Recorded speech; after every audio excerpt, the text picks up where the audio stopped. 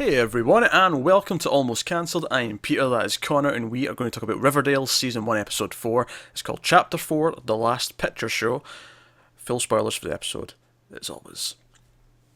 This one dealt head on with the Grundy stuff. Fully. It kind of really needed to at this point. Start to finish. It was almost like they realised after the first couple that, we need to try and wrap this up quickly because people might not like this plotline. So they just barreled through it in this one, and that was fine. And it did lead to a lot of good moments, actually. It did. I quite like this one. I like this one too. A lot of good elements that I really enjoyed. There was some nice twists, there was some turns, some more kind of shady character connections in the very Twin Peaksy, actually. Oh, it's got another Archie in there. Another Archie, and there's also Ronnie. I don't know if he's called her Ronnie before, but he definitely did in this one. Yeah, I caught it in this one as well. Yeah, it was at the start when it was just after she called him Archie again, actually. Yeah. But no, that was good stuff. Do you know what's annoying, mate? There was obviously it starts with Miss Grundy giving a performance, and Archie's dad's like, "Oh, come with us for dinner." I'm like, "Oh, that's not awkward." I really was like, "Oh no, please don't tell me they're gonna do he's gonna be into her, and then we're gonna have to go through that." That would have been real awkward. That was a possibility, but so then everyone ends up at the diner, and we cut to Jughead, Kevin, Betty, Veronica sitting there. And Betty, by the way, is just casually eating cream the whole scene, like from her sundae. So it was like 3 times she just was taking like bits of cream and eating it, and I'm like, she's really into that cream. I can applaud that. I mean, you typically eat the cream first, right? Aye, it's my favourite part of a sundae though. I love the cream. I don't know if I'd go quite that far. It's definitely what you eat first, but No, I'm the sort of person where if I go to a restaurant and I say I'll have whatever sundae, and they go, "We're out of cream, is that okay?" And I'm like, "I'll change my order. It's fine." I don't typically order desserts at all because I'm not really a sweet tooth kind of guy. I am. It's very, very rare I'll look at a dessert menu in anywhere and go, "Ooh, I want that." No, obviously I like my main courses as well, but sometimes it feels like the main course is just an excuse to have dessert. I sometimes feel that about a starter. Sometimes I really want that starter. Oh no, if I'm going to skip a course, it'll be the starter. No, I'd skip dessert. Sometimes I'll have all 3, don't get me wrong. No, but if I'm going to skip one, dessert it's sometimes you get those deals where it's like you get 2 courses. It partly depends where I go, because there's some restaurants where I'll go and I won't like any of their starters. Yeah. But then sometimes it's like I don't really like their desserts that much, but I do like some starters. So I mean, obviously it just depends on where you go. Anyway, we're going way off track here. Back on track. Do you know what? It's really annoying me. There was a moment I loved in this scene, and I can't remember what line prompted it, but Betty gives this reaction shot with her eyes that I loved. And I can't remember which line prompted it, and it's really bugging me. What's the reaction? She's just sort of like, someone else has said something to one of the other people in the scene, and her eyes just sort of like, and I think it's something to do with a romance or Archie or something, like, but it's just her reaction just was gold. Is it when they all when Archie and the others walk in? No, it was obviously I remember that. It was more subtle than that. It was more like someone said something that you could take like a second meaning from, and her eyes went. It really cracked me up, but I couldn't remember for the life of me what the line was that prompted it, and it really bugged me. But nah, so they're sitting talking, and we find out about the Twilight Drive-In, which is the drive-in theatre in the town, which some mysterious buyer is buying the land, so they have to tear it down. Because that's not going to come up again. Well, as soon as they said mysterious buyer, I'm like, it's Veronica's dad. It's Lodge. I knew it was Lodge right away. That was my first thought. Aye. Because as much as they're doing the whole prison thing just now, I feel like probably a season 2 thing, he'll actually come to the town, he'll get out of prison, and we'll actually that's probably where they're going to build the mansion. Because, in the comics, that's a big thing where he builds the Lodge mansion. I feel like it feels like a season 2 thing. Yeah, it feels like they're going to build up to it, and then he'll be like, cast for season 2 is Veronica's dad, whoever that's going to be. More on mystery dad casting later. What an episode. So, I don't know, all this conversation, them talking about movies, obviously I enjoy. I'm a movie guy. I like hearing them throw out all the movie titles and stuff. Cheryl is a complete bitch. Which part are you referring to? With Veronica's mum in the diner. That part, yeah, okay. I was just saying, there's a few times in this episode you could think that. But that was like, especially that, and then everything else kind of followed on from that though, because it was like, oh, there was her mum, and she took the photo with her and the biker, and it was all like, but everything, she was. Don't get me wrong, she's not the biggest bitch in this though. Betty's mum, oh my god, it's like, Alice, shut your goddamn mouth.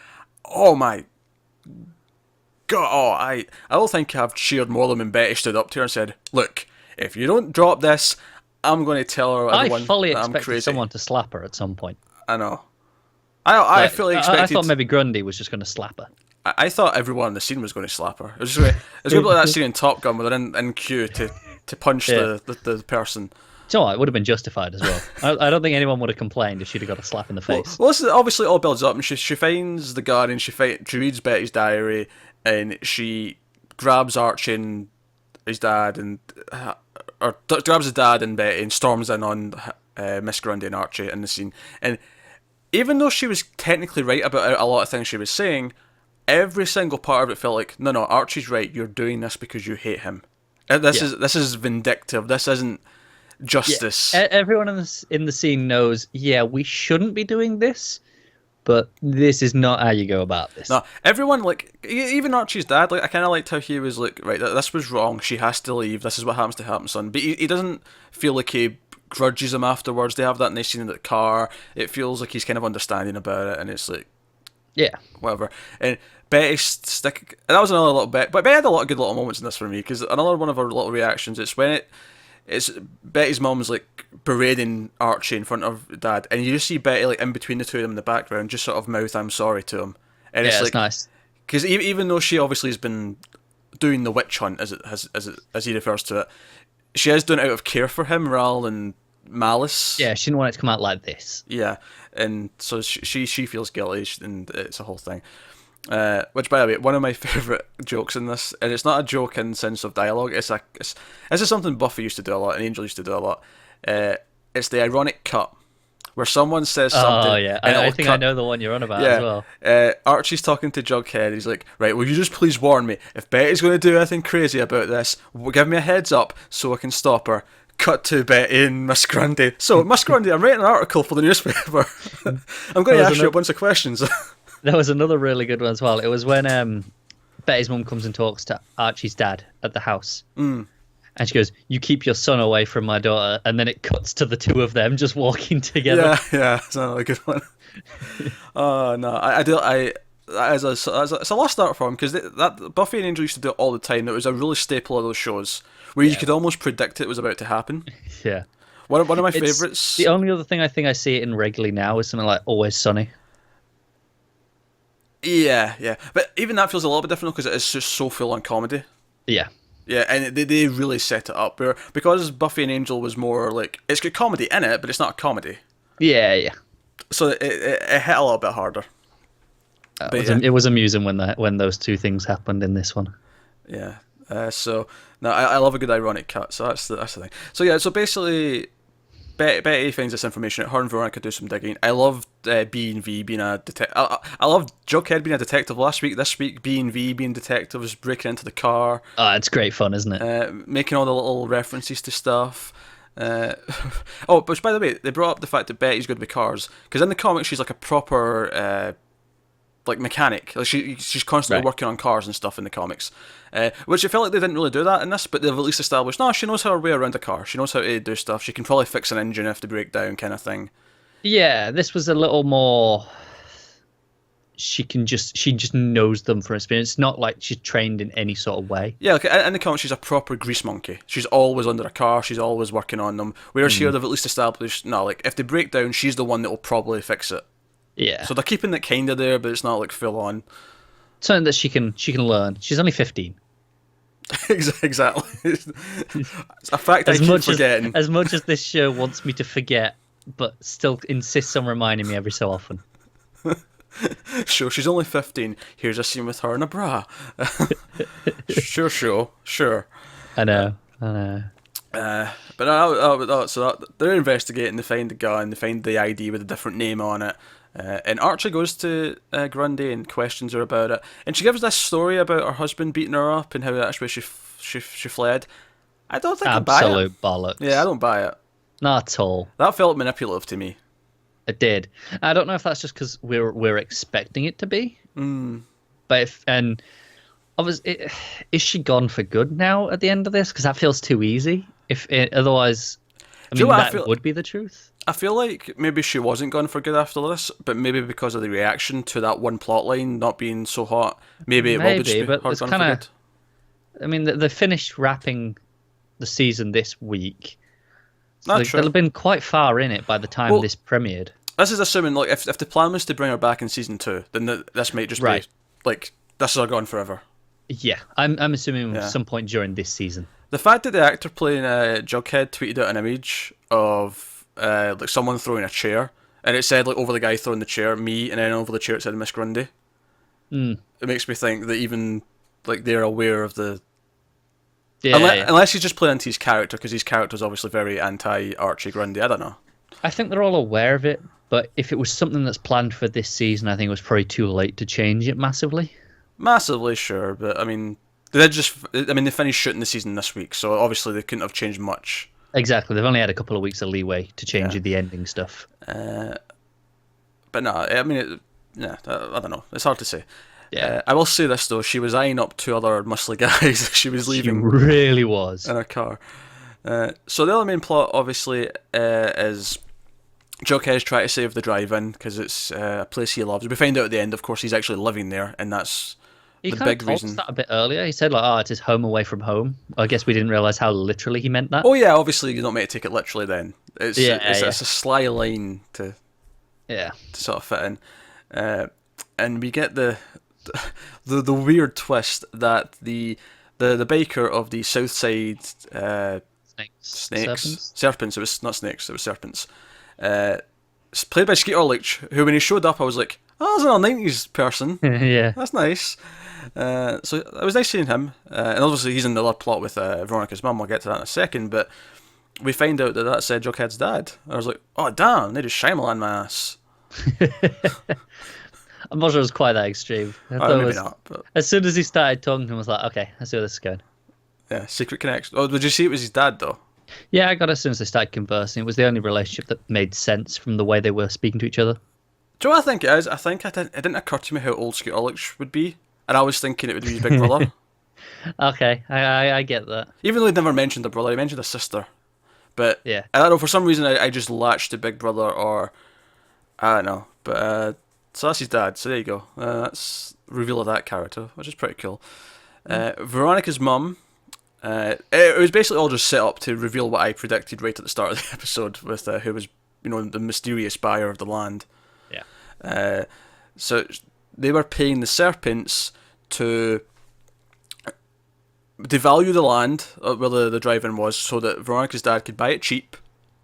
And then you have to wonder how much they were paying the serpents for this, because at that point they might as well just paid a higher price. I imagine. Well, like as she says, he was a businessman. He's very good at it, and so I assume that it does work out in his favour. I just want to say, I don't think her cover's very good. She's clearly still got money, right? That's established. If she's buying it like through her husband at least, yeah. But she's got this job as a waitress, presumably to make ends meet is the implication. Aye. But she has a butler of some sort. I don't know if it's a butler, a valet. Like I thought it was a valet, like a driver, but then he comes in with like dry cleaning and stuff. It's like, how are you affording this guy if you are a waitress? It is kind of murky. It's kind of a weird 50-50 thing where, okay, there's still money, but she's still having to keep up appearances. So... Yeah, but that's what I mean. But appearances, a butler's not exactly subtle, is it? That's not everyone's around the house, though. Well, no, but he's going after doing errands for her. He's picking up her dry cleaning. That's pretty public. It's going to be in her name. Maybe he's going to the next town. And they could be using an alias. Miss Grundy's using an alias. I mean, I suppose, but that just seems convoluted at this point. Then again, why am I questioning that? Also, there was a nice little touch, actually, in the whole Miss Grundy thing. They found a real Miss Grundy who was this really old person, which is... Because in the comics, Miss Grundy's this old person. Yeah. Yeah. One of the criticisms when they announced the show, it was like, oh, they made Miss Grundy like a hot young teacher. And instead they're just like, nah, she's been dead for years. She's been dead. Oh, dear. So, that was that plot. And Veronica finds out, and Veronica sort of confronts her about it.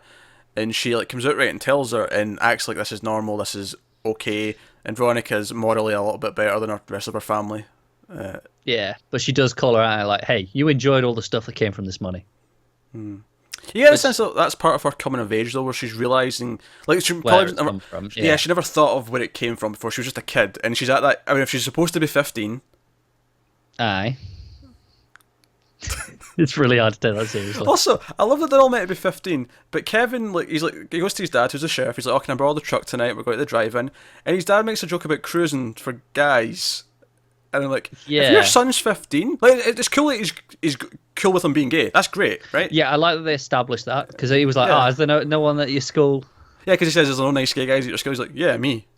That was a good line, but it's great that he's cool with it at that age. It's fantastic, but maybe overly cool. But yeah, he's a bit overzealous. Activity. Yeah, this is another thing with the age where you wouldn't, like, the way these characters all treat sex. You wouldn't actually think they were this age. You'd think they were in their 20s. I think that's what's so confusing about it. It's like, okay, they tell us that they're like 15, 16 maybe, give or take. And none of them look that. No. None of them act that. No. Except they don't want us to think that. The only time anything acts like they're that age is when their parents start saying they're not allowed to do things, and it's like, oh yeah, they are supposed to be that age. Yeah, but the show treats it like they're not for 90% of the time. Which, by the way, I looked up what a sticky maple actually was on Urban Dictionary. I think I have a pretty decent idea without... I mean, the implication's enough, I think. I don't get it. I'm looking it up. It's got a different name to what I've heard it before. I've seen it in a ton of... I've heard like a bunch of films and stuff have had different names for it.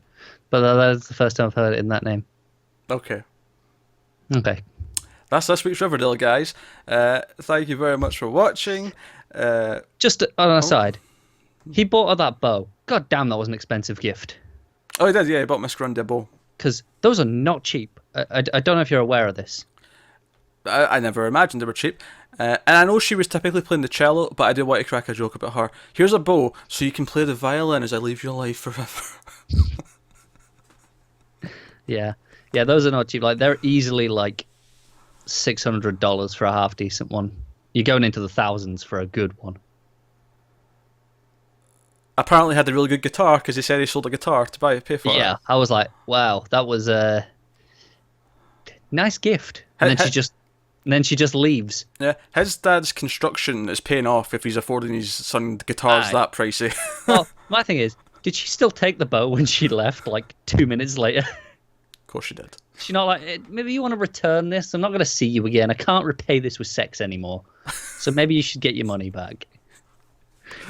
And Kevin's with one of the serpents, which was amusing. Which, by the way, one of the funniest little sort of subtle lines is when he goes up to the vendor at the theatre to get stuff, and he's like, "Oh, give me these, give me that." He's like, "Oh yeah," and never says please, does he? Nah. And then he says, "Give me a hot dog," and the guy's like, "We're out of dogs," and he's like, "Yep, sounds right." That was just a great little subtle gay joke there. That's all I'm saying. Because dogs equal penis. In case you didn't follow that. I think everyone got it. I'm just making it perfectly clear. That's this week's Riverdale. We enjoyed this one. It was better than last week's, I thought. Definitely. Thank you very much for watching. Let us know what you thought in the comments below. Like and subscribe and all that stuff. Helps us out a lot. And we will see you next time.